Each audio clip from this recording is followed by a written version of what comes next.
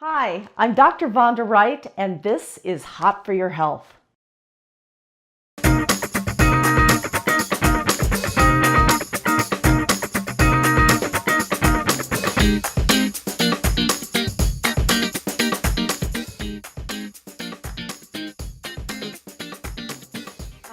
So I'm going to address the issue of stress and women in stress in business situations because I think we have experts dealing with personal. So I'm going to look at some business aspects and then bring it back to personal.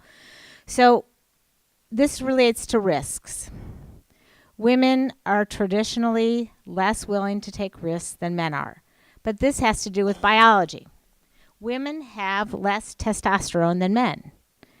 Individuals that have more testosterone will take more risks. So a study was done at a university where they took 500 MBA students. They did DNA swabs of the insides of their mouths, men and women. At that point, they were able to test their testosterone levels. Then they engaged in the behavior of working through financial instruments and having to continue to go up the food chain in terms of getting to the highest amount and the risk that it would take to really win. They found that basically most of the women ended up dropping out, except for the women that had higher levels of testosterone. So can we get testosterone pills? Does that work? We can get them, but I'm sure there's problems with that. So what I'm saying is inherently women don't take risks. They don't take risks in terms of taking out loans for their businesses. 66% of all women finance their businesses on credit card debt, which means that you have no line of credit with a bank and no relationship. Women don't hire. Part of the reason is whether you work in a company or you own your own business, we don't want to feed another mouth. I mean, we've been feeding mouths since forever, right? We don't want to do that again. But here's the problem. We cannot do it all. We think we can do it all. There's a great book that was written by a woman named Gail Sheehy. It's a long time ago. Some of us are nodding our heads. It's called Passages, and you can pick it up. The idea is we can do it all, but we cannot do it all at the same time. And when I find myself falling asleep over my computer at 11:30 at night, like I did last night, knowing that I was going to be next to the sleep person who's going to yell at me today. the sleep person was also awake at night. Oh, good. I feel so much better. Really, I feel like crap, though, because I didn't get enough sleep. So what happens is women don't hire. Well, that's going to affect you in your workforce, whether you own a company or work in a company, because you think you can do it all, and guess what? You can't. And I think coming to those realizations of why women engage in less risky behavior, we have lower insurance rates. We like to play it safe. Now, here's the kicker. Companies that have women at the top of their organizations, in their C-suites, actually do better than companies that don't. And here's the reason why. Women are a little more risk adverse. There was another study that was done. There was a huge deal that was being made between two organizations. One was going to buy out the other. The president of the organization was sitting next to the COO, who was a woman. She turned to him and said, "Don't sign the papers. We can't buy them." He's like, "Wait a sec. We've done the due diligence. This deal is ready to go. What are you talking about?" She said, "I just have this feeling. There is something wrong." Women's intuition, have you heard of it? Use it. He's like the big guy. He's like, "Wait, we've done this. They're all sitting at this big table. We're down here. We've done everything. Are you telling me I should not make this deal?" She's like, "Yes, there's something wrong. I can't tell you what it is, but I'm telling you." He took her out of the room. He said, "Excuse me." He took her out of the room and said, "Look, I'm going to give you a week. If you don't find it in a week, first of all, you're out of a job. And second of all, you have really made a you-know-what of me." Well, long story short, guess what? She was right. There was a skeleton in the closet of this business that somehow had not been disclosed. And she saw it in the body language of these other people. She just felt like there was something wrong in that room. So companies that have women in the C-suite and on the board of directors actually have higher return on averages than the companies that don't. But we only have 16% of all companies that have women in these top positions. Why? Because women are afraid to take risks. We don't ask. We assume a no is a no. When somebody says no to me, I go back to them and I say, "Well, if that's a no, how about this? In business, many of us are in the business world. You cannot take things personally, and taking things personally means that it increases our stress tremendously. I talked to several women even this morning who were just angsting over things. I'm like, this is business. But we are so compassionate. We manage inclusively. We're really good for business. We're also really good for politics. Having more women at the top means lots more things come to the political table. We didn't do so well in this last election because we didn't bring enough women to the table. So the bottom line of this is we need to take more risks. But here's the good side of what I want to tell you today is that when you don't take risks, that is a risk unto itself. You're preventing yourself from moving forward in your life. You're not giving yourself the opportunities to grow. The no risk, no gain, it seems so contrived. I'm not telling you to go out and take uncalculated risks, but I'm telling you that if you don't take risks, there's a huge quality of life that you can really aspire to by taking risks. And you're going to get knocked down sometimes. I've had big losers and big winners, but through the whole process, I believe it's made my life more fulfilling and more realistic. So some of those things you just have to take more risks on and assume that it's going to be okay. And if it's not okay, you pick yourself up and go on, because you know what? We do that every day for everybody else around us, but we tend not to do it for ourselves. No. So sleep is an unconscious state where we restore physiologically and emotionally our good health. It's not a luxury item. That's what Dr. Charlene Gamaldo, who's at Hopkins, says. She's a sleep neurologist.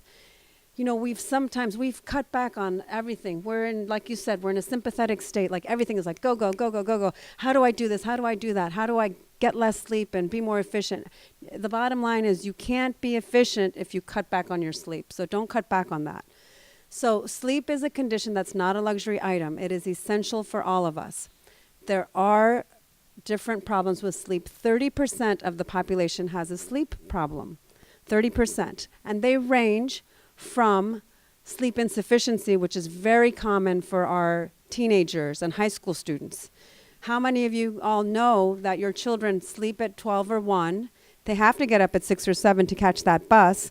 It's not a rocket science. They're not getting enough sleep. They're constantly fatigued. They can fall asleep at the drop of a hat. They fall asleep in the car on the way to a sporting event.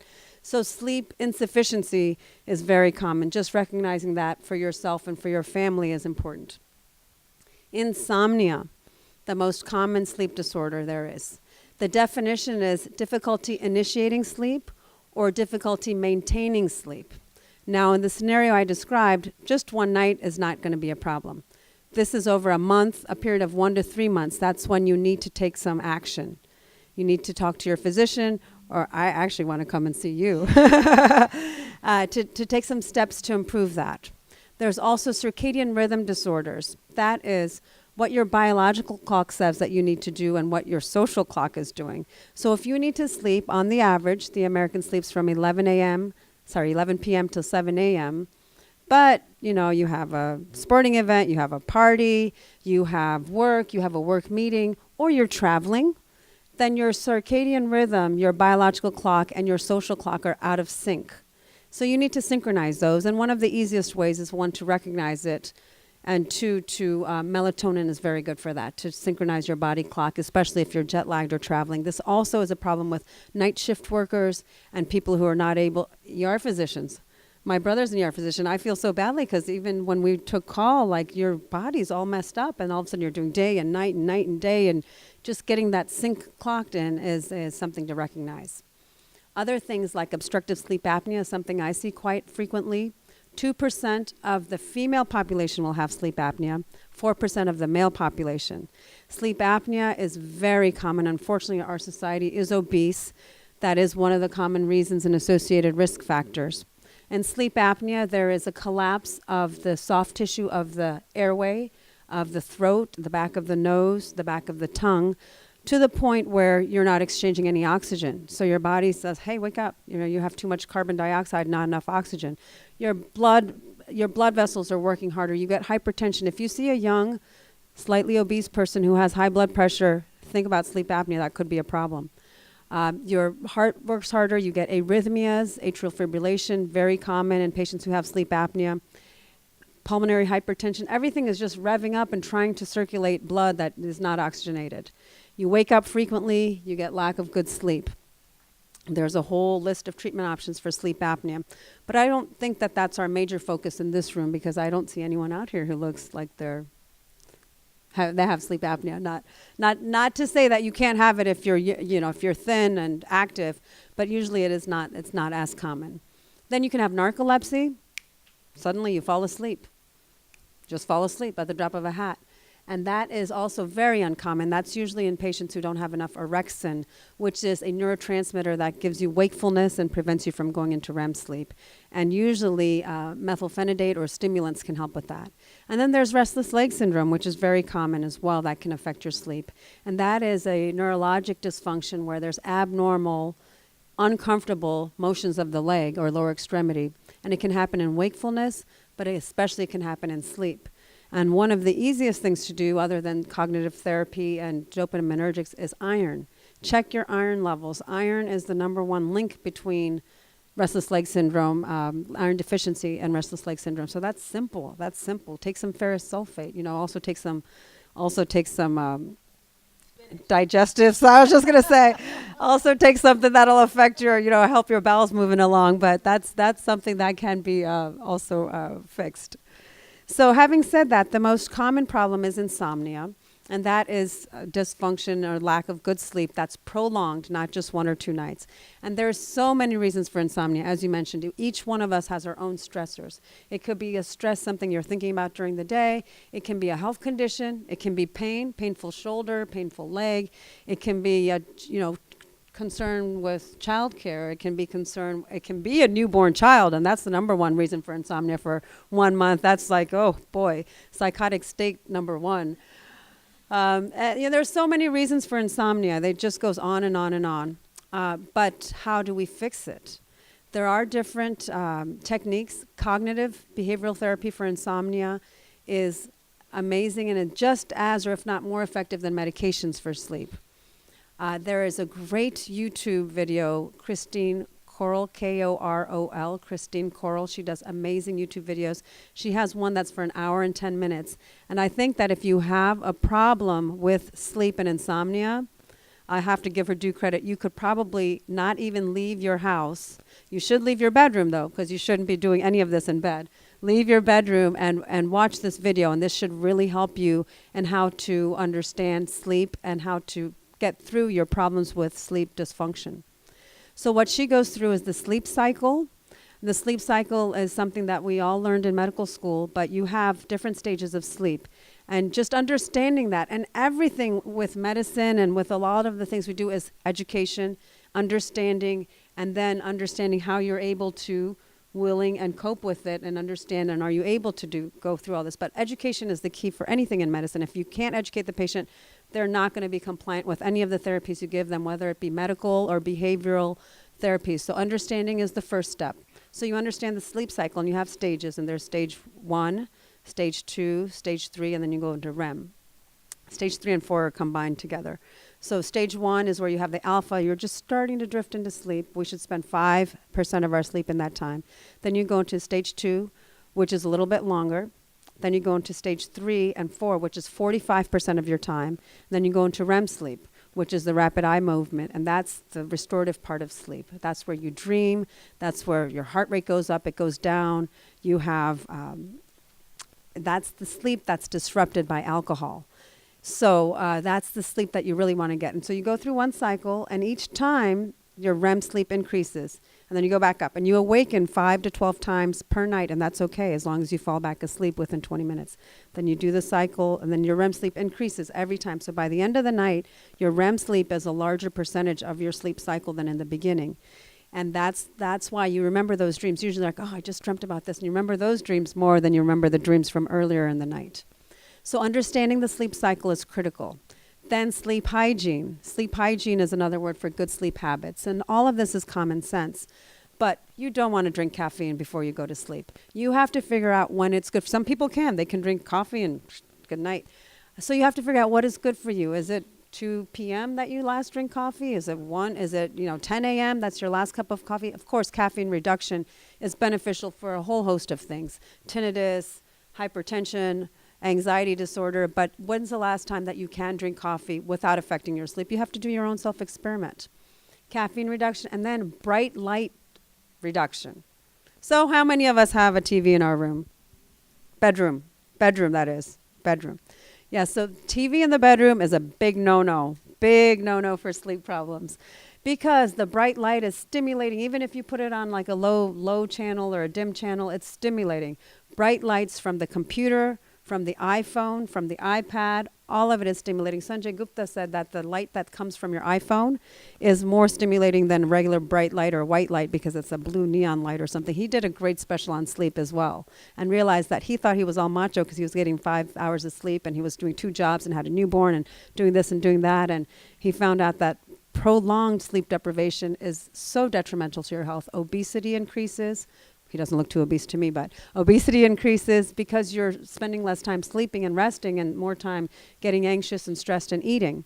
You can have hypertension, again, the same list of things, and especially mood disorders. And then it becomes a vicious cycle. You have anxiety because you're not sleeping. You have sleep, you're anxious. Depression, anxiety, all of those things are very common. So sleep deprivation is something that we have to think about. So good sleep hygiene. You want to keep caffeine low, keep the bright lights away, keep the TV off. It shouldn't even be in your bedroom. 56% of children in our country who are between the ages of 8 and 16 have a TV in their bedroom. But that's we are. We're a sympathetic society right now. I like that term. Also, alcohol. Dun, dun, dun, dun. Initially, it's a depressant. You think, oh yeah, I have a glass of wine, I sleep great. No, 3 or 4 hours later, it's a stimulant. It decreases the amount of time you're in your REM sleep and gets you all revved up. And then you wake up. How many people wake up and you have like arrhythmias and you're sweating and you're not sleeping well? And it's just, if you're going to have it, which is, of course, we all enjoy a nice glass of wine or a cocktail. You want to, just like you don't want to drink and drive, you don't want to drink and sleep. So you have to pace yourself. You have to pace yourself. If you've had a drink at 6, 4 hours, 3 or 4 hours should be the time of your last drink to the time you go to sleep. Some of this is impractical, I understand, but at least I'm not going to get good sleep tonight. The good part about getting a bad night of sleep is that you're usually sleep deprived enough that the next day you're going to sleep very soundly. Very soundly. So if you didn't sleep well the night before, you're just going to hit the pillow and be gone. The Federal Health Insurance Marketplace is now open. That means you're free to shop for the health plan that's right for you. UPMC Health Plan has some of the most affordable plans on the marketplace. And they all give you full in-network access to UPMC, plus other doctors and hospitals in your community. Visit upmchealthplan.com or call 1-855-297-UPMC to learn why so many people have chosen UPMC Health Plan. Enroll today. This is all if you're having a problem with sleep and you're looking for answers of what might be happening, put this in your equation to think about. If you're not having a problem with sleep, then you're okay. So just certain things to think about when you're going through good sleep habits, going to sleep when you're sleepy. And one of the most critical things you can do is wake up at the same time every day, which is very challenging for us on the weekends. But if you can wake up the same time every day, you can regulate your own internal cycle and sleep when you're sleepy. Stimulus control is another cognitive behavioral therapy mechanism. That is, you're supposed to associate your bedroom and your bed with sleep. They say the bed is for what? Sleep and sex. That's it. The bed is for sleep and sex. Everything else should not be happening in that bed. Computer, TV, iPhone, balancing your budget, doing your finances, making the list for the nanny for what she needs to do. But we all do it. And again, all of these are things that if you're not having a problem and it's working for you, it's okay. But if you are having a problem, then you have to think about things. Mentally, we have to associate Pavlovian. I see that bed, I want to go to sleep. When I get sleepy, I get in that bed. If I'm not sleepy, I'm not getting in that bed. So you have to associate that with the sleep with the bed. So stimulus control, keeping things away from, again, the reiteration is the TV out of the bedroom, computers, any distracting processes, pets out of the bedroom, things of that nature. Then there's sleep restriction. That's a technique to use if people are really having sleep problems. And you go through this complex sleep diary, and you come up with the hours that you spend with efficient sleep.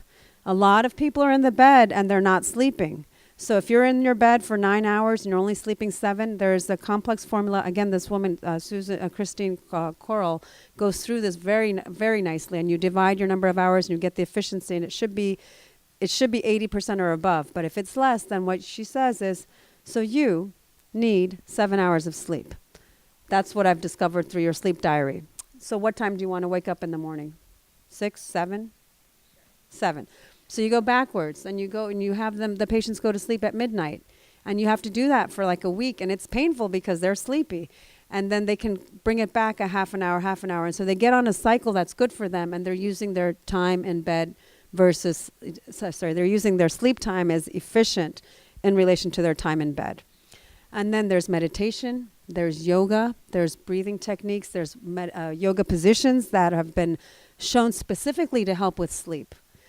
And then finally, there's thought control, or controlling your thoughts, which again lead to that whole I can't sleep because I have this on my mind and this on my mind, this on my mind. So that also is very involved with yoga and meditation and relaxing and calming your thoughts, which is very difficult. So you can figure out some breathing techniques, inhalation, exhalation, imagery. One of the techniques is to, when you're rolling over in bed and you're only to stay there for 20 minutes, and it's like, you have to wake up, you have to wake up, you have to do this, you have to do that.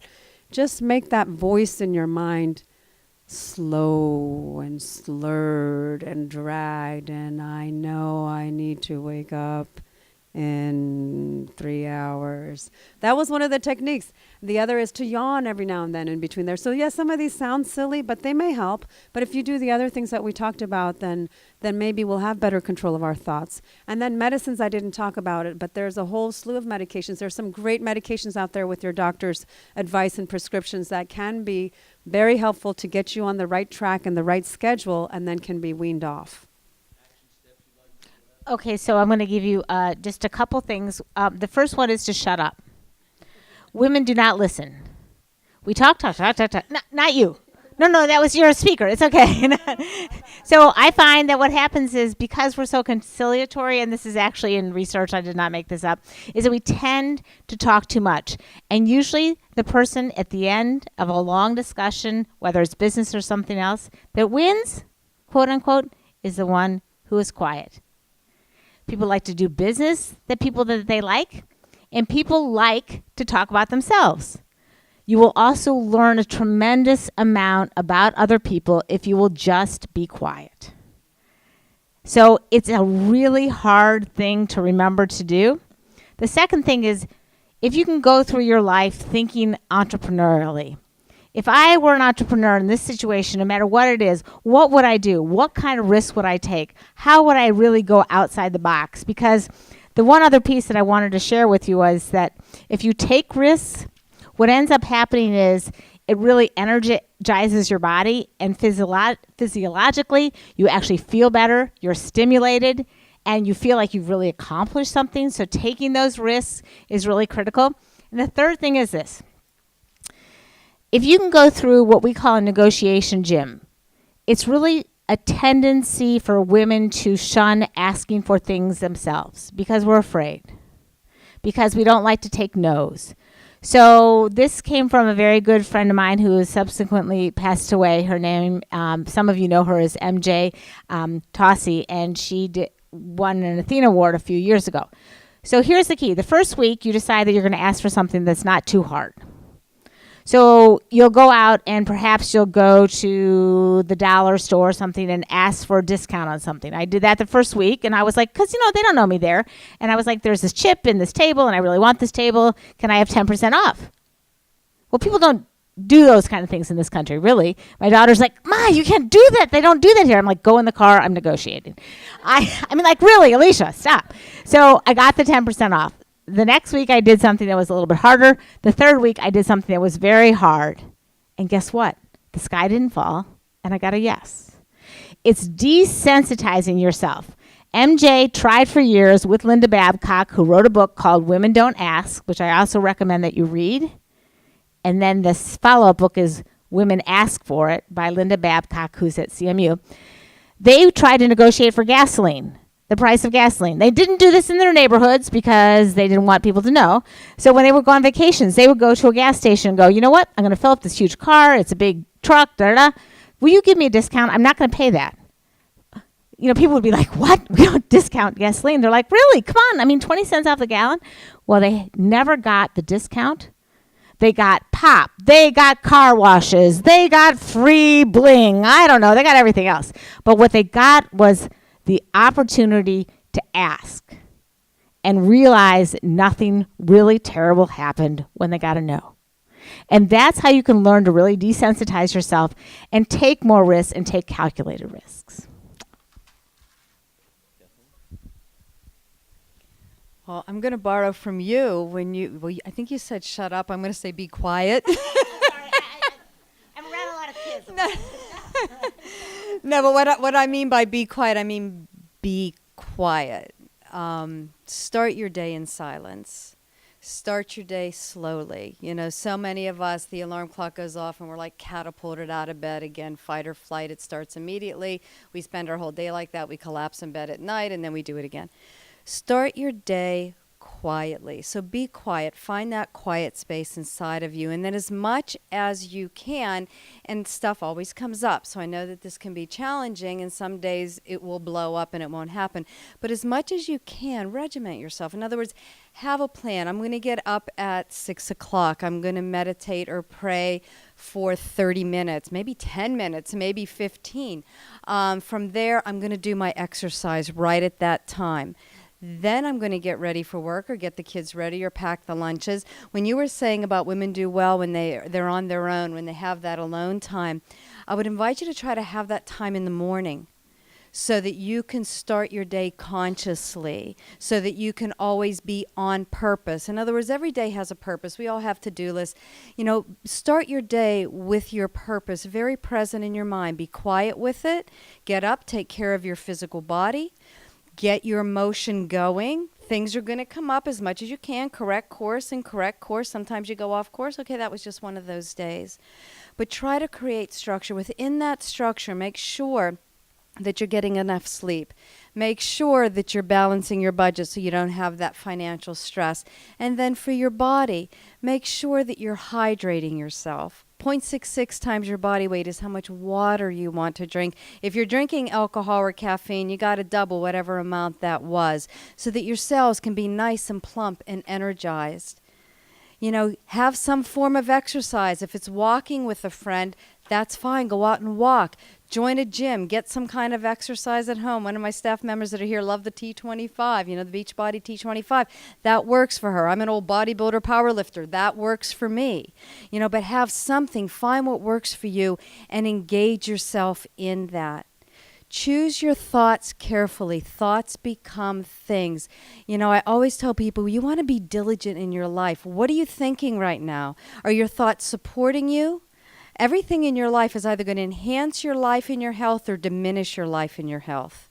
So monitor your own thoughts. Unfortunately for women, so much of them are negative toward us. Okay, life's hard enough. We don't have to make it any harder. So start to monitor your thoughts. Look for gratitude. I'm launching a site called gratitudejournaltoday.com, and I just want everyone to go there and just put down whatever you're grateful for. And if you have a day that I can't find anything, go there, see what someone else is grateful for. And you're going to say, oh my gosh, my child's smile. I can be grateful for that today. So that's starting with quiet and then coming into life in a purposeful way. Holding a consciousness about where you are with what you want to do that day and how you're interacting with others, I think can just enhance your life so much. And then every thought, every action, every word will either enhance or diminish your experience. So choose life-enhancing choices, life-enhancing thoughts, life-enhancing relationships. Don't ever let anything or anyone diminish who you are. And you can live a peace-filled, healthy, dynamic if you choose that, or relaxing if you choose that. However you want your life to play out, you now have choice. So I would start with be quiet. get in touch with yourself and then enjoy the heck out of your day. We only have a limited number, so make it the best you can possibly make it. Thank you so much for joining me this week for this episode of Hot for Your Health. You are a powerful force in your own health, and I'm excited that you took the time this Thursday to learn more from our nation's authorities in health. I hope that you subscribe so that you don't miss one single episode. Join us next week for Hot for Your Health, and for more information, find it at womenshealthconversations.com.